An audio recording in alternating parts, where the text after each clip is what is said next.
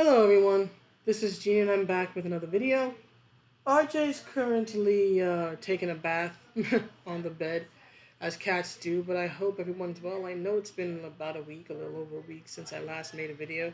So I just wanted to briefly talk about this idea of, is fantasy racism needed in fantasy media?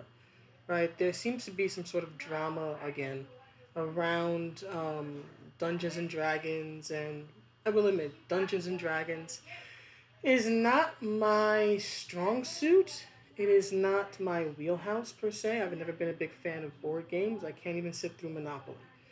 But the general idea seems to be, or the general contention or debate, seems to be the fact that some fantasy races are having their lore altered or even re- removed. One of them seems to be this floating eye type monster. I have no idea what it's supposed to be. I think it's called a beholder or a beyonder. News to me. I don't really follow that. I don't really follow Dungeons and Dragons and Wizards of the Coast and all that, but I know a lot of people do. But I'm commenting more on this from a more general perspective, in particular as regards storytelling. But before I do, I actually want to address something because I got an email today.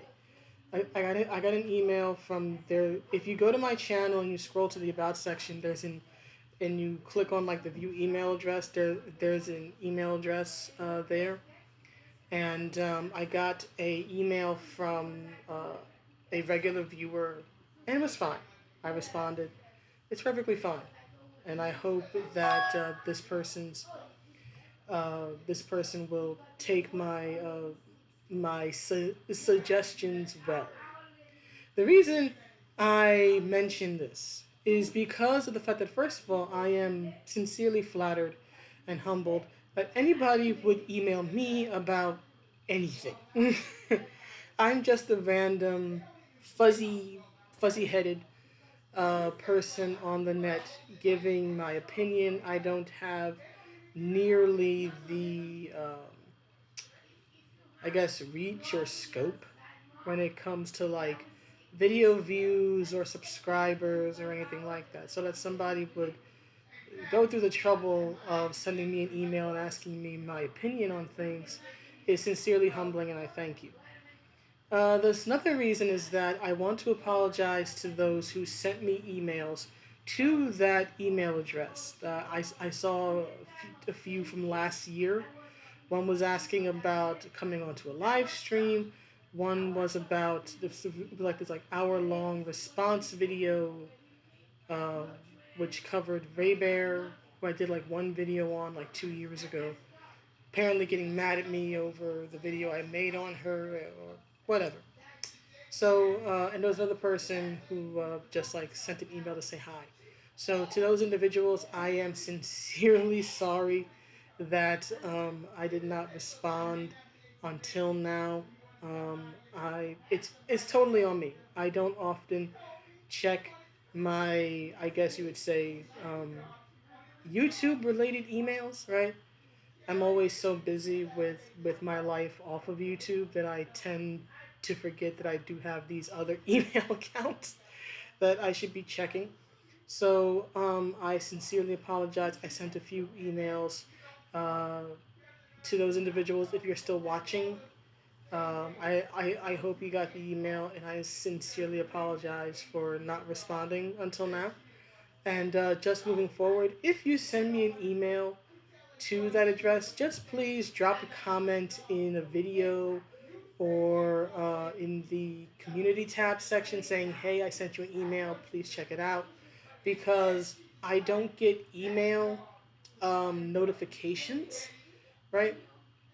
The thing about YouTube, the one decent thing about it is that when someone leaves a comment on a video or on your, what would you call it? On your video or in the community tab section, they will it will give you a notification, right? they'll tell you that there are unchecked messages. I wish Google would bring that back.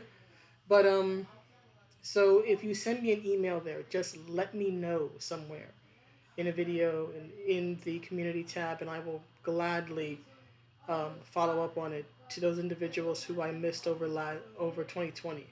These emails were like almost 2 years ago now. I sincerely apologize. I was not ignoring you. I wasn't even aware. And it's totally on me. So if you're hearing this, if you still watch the content, again, my most sincere apologies if I was not trying to ignore or disregard you in any way. I just didn't check it. I never thought to check it. So I apologize. But I will say the one video, it was like an hour long, Ray Bear and Ray Bear responding to me. Someone had said there was like a chat, it's like a live stream type thing. Someone had said, I have a transgender voice. Yes. Yes, you caught me. I am indeed a deep voiced woman. I know, shocking. But yes, yes, yes, yes. I have a very deep voice for a woman. Not for everyone. It's what God gave me. God and rock and roll. This is what happens when you emulate Billy Idol all the time. When you're a young impressionable child. So yeah, as for Ray Bear, I don't care what she thinks of me. If she's mad at me for a video I made, that's on her. I wish personally she had come into the comment section in one of the videos and said, hey, you know, I have this video, this response, I find it interesting that she doesn't tell me. But whatever.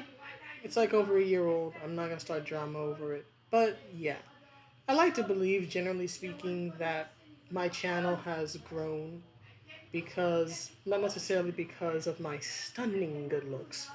I already know that I'm not going to win, any sort of supermodel contest or sexiest woman of the year or anything like that. But I like to believe that people listen to me or they put up with my 20-some minute rambles because of, I like to believe that I have something at least semi-intelligent to say, for what it's worth. I know that I'm not going to be winning awards for highest, most beautiful voice or, most visually appealing person. The good thing about YouTube is most YouTube content creators are not exactly supermodels. So, but anyway. Oh, another thing. I would humbly suggest that if you're planning to become a writer, that before you even start planning out your story and your plot and your world and all that, the first thing I think you should do is study the art of storytelling, right? But whichever type of story you plan to tell, study the art of storytelling. Fall in love with the art of storytelling before you try to tell your story. Is my thing. So recommendations, just recommendations. I would say, uh, first of all, just read a lot. Take in a lot of media of all different types, depending on what you like. I like to read, so I read a lot. So read a lot of different things, right? Learn from the writers you like and learn from the writers you dislike so you know what to do and what to not do. Another one is if you're interested in reading books about storytelling, I would recommend books like The Hero's Journey by Joseph Campbell. I would recommend books like The Writer's Journey by Christopher Vogel, which very much covers and goes over the hero's journey, but from a writer's perspective. Another one is on storytelling and dialogue is another um, great book. And believe it or not, another book I would recommend, although it's more about visuals, but visuals and storytelling often intertwine, is How to Draw Comics the Marvel Way, because it really gives you the insight, the psychology on the art of comics, and art is a huge part of storytelling, right? So those are just a few recommendations. Another one is The YouTuber Hello Future Me, I think he has two books out now on world building, right? On writing and world building. So I would say to check his stuff out or just check his videos out in general, right? So basically like research all different elements and facets of storytelling and fall in love with the art of storytelling before you tell your story. Because if you don't have the basics of storytelling down, and this goes for anybody, whatever type of story you want to tell, if you don't have your fundamentals down, then you could have the best idea, pitch, plot, characters in the world, and it'll still fall apart. So if you're interested in any storytelling, or you just are interested in storytelling just as a medium, it's just something to study, those are a few things that I would recommend. So after 11 minutes of not addressing the topic of the video, here we go. So there's this, like I was saying earlier, there's this thing about certain characters in Dungeons and Dragons being given, or rather having their supposedly racist lore altered or erased. So we see some tweets here, and it says here, you know, no more fantasy racism. We have moved past the need for fantasy racism. And then it says bad people with bad ideas and viewpoints exist. They make good fantasy baddies. I agree. Story emerges from conflict. This is true. Racism is a source of conflict. This is true. Allegory is a way of addressing real life issues with style and artistry rather than propaganda. This is true. We will never be past the need for fantasy racism. This is indeed correct. So you have this person, I'm just going to call them Hap because I don't know how to pronounce their name. But this person says, Hap says, fantasy has no need for racism unless your work is intended to address real world racism with fantastical satire. Otherwise, you're just a writer writing racist content. Frankly, if you have to rely on racism for story conflict, that makes you an irresponsible storyteller. So I would assume then, according to Hap, life itself, human history itself, is racist, right? Or rather, I should say, it is a irresponsible storyteller because sadly, race and racism has been a part of the human experience and humanity itself, right? Documented and undocumented history since the beginning of man. So long as we have been making tribes, right? We have been engaging in terrible things toward each other, and sadly, one of those things is racist ideas, thoughts, beliefs, societies, and yes, it has been a source of real world conflict for as long as humans have been alive, thousands upon thousands upon thousands of years. We have had we have had racism, or had to deal with the topic of race, right? And whatnot. Falls. That's a good one. Wars have been fought over it. People have died to dismantle it, and people have died to defend it.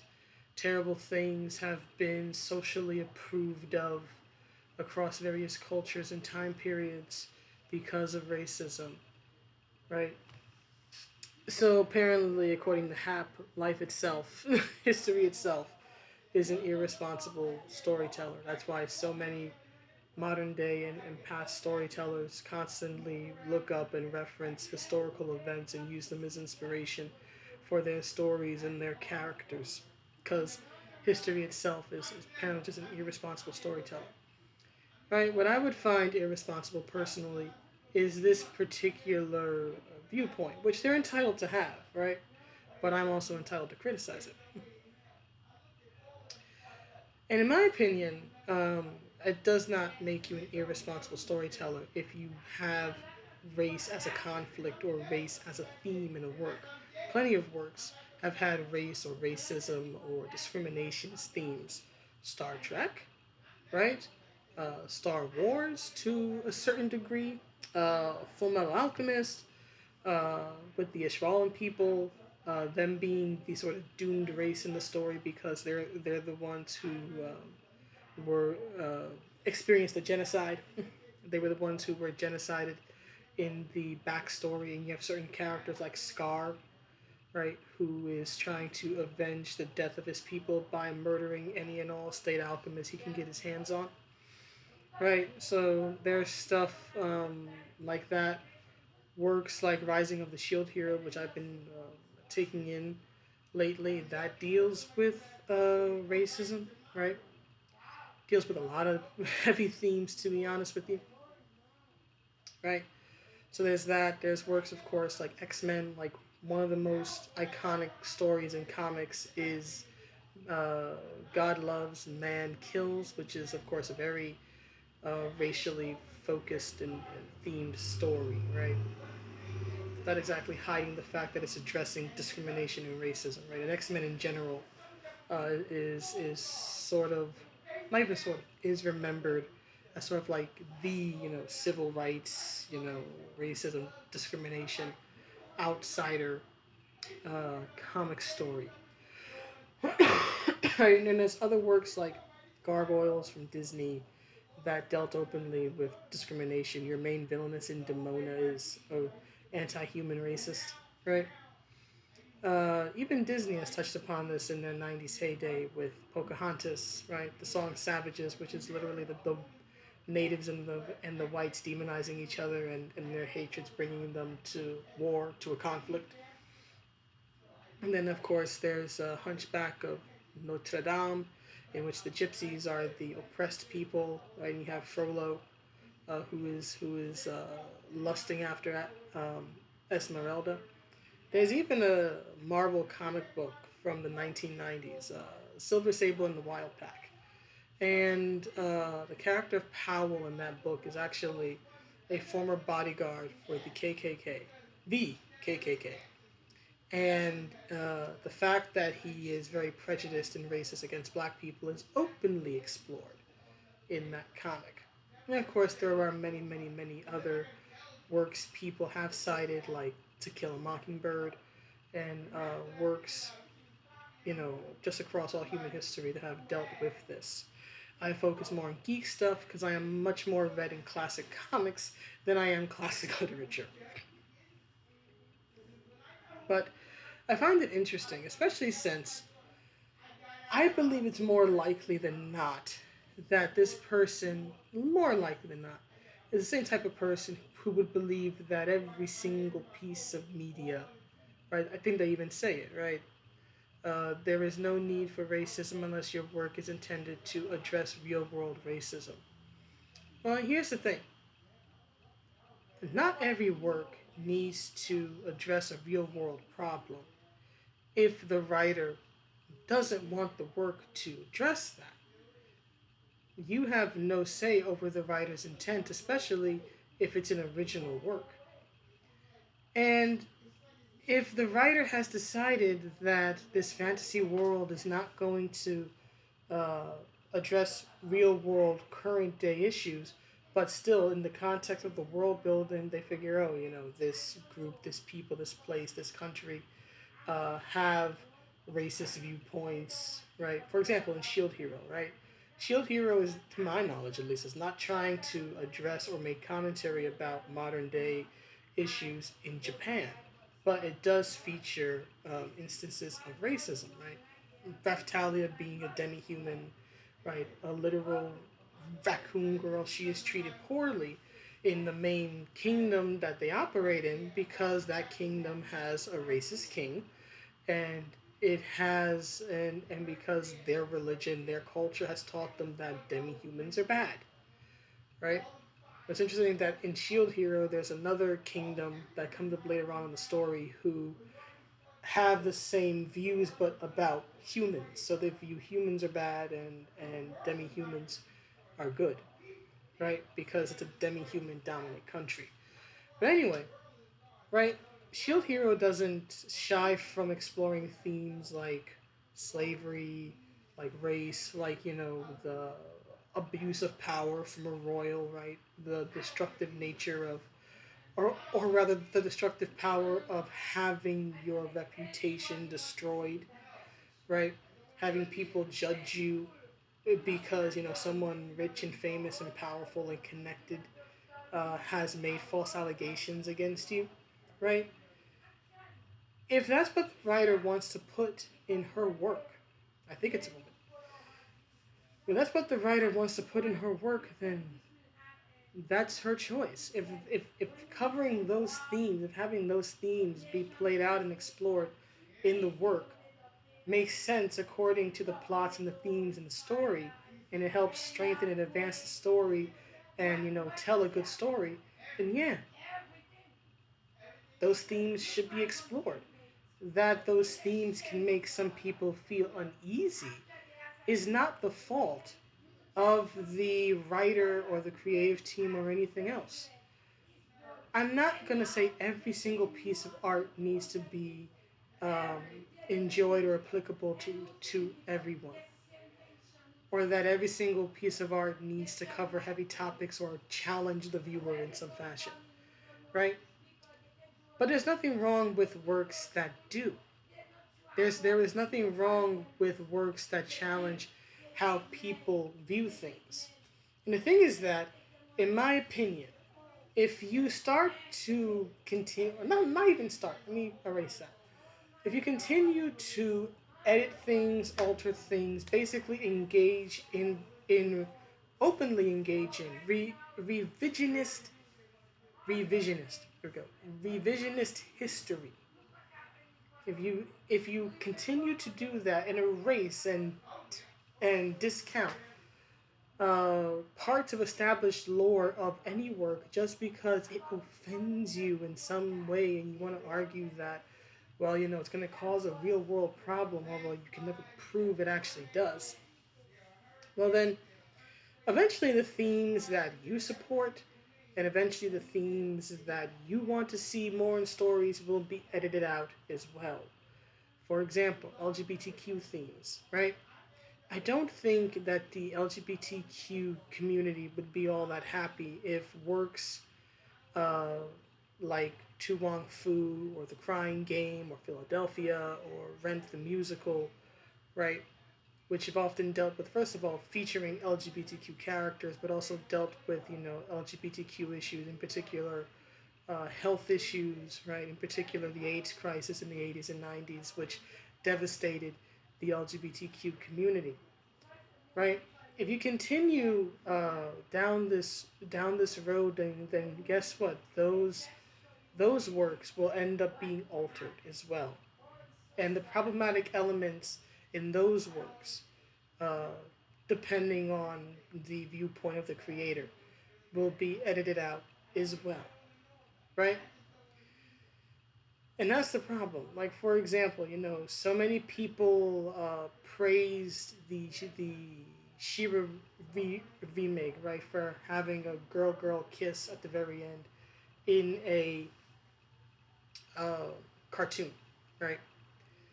Well, guess what? If you keep altering everyone else's works, then the things that you support or you agree with, like that, will eventually be altered as well, right? Eventually, all this eventually comes back and starts to impact the themes or the elements uh, that you may champion, right, or you may support, right? This type of revisionist history never exists in a vacuum, and for whatever it's worth, I don't want to see works like Philadelphia or The Crying Game or anything else, or Rent. I like Rent the musical. I don't want to see those works altered. I don't want to see them become heterosexual stories. I'm perfectly fine with them as they are, right? They were meant to cover certain themes and to have certain messages, and to me those messages are important. Those works are important. And guess what? As much as, just like I don't want to see those works changed and those works be erased, right? Or re- revised, to make certain groups happy or to make certain groups comfortable, right? I don't want to see Dungeons and Dragons, which I have no personal investment or interest in, changed either, because it means something to other people. Just because it may not necessarily, 1 second, just because it may not necessarily mean much to me, doesn't mean that it isn't important historically or that it doesn't mean something to other people. So, if anything, can we please respect the work? Even if you don't like it, even if it's not to your taste, even if it has themes in it that you don't approve of, that's okay. I'm not saying you have to like it, but can we please respect it and stop trying to change everything into how we want it? If you want your own story, make your own story. But anyway, that's the video. Please let me know what you think, and I will see you all in the next one. Have a good day night wherever you are. Bye.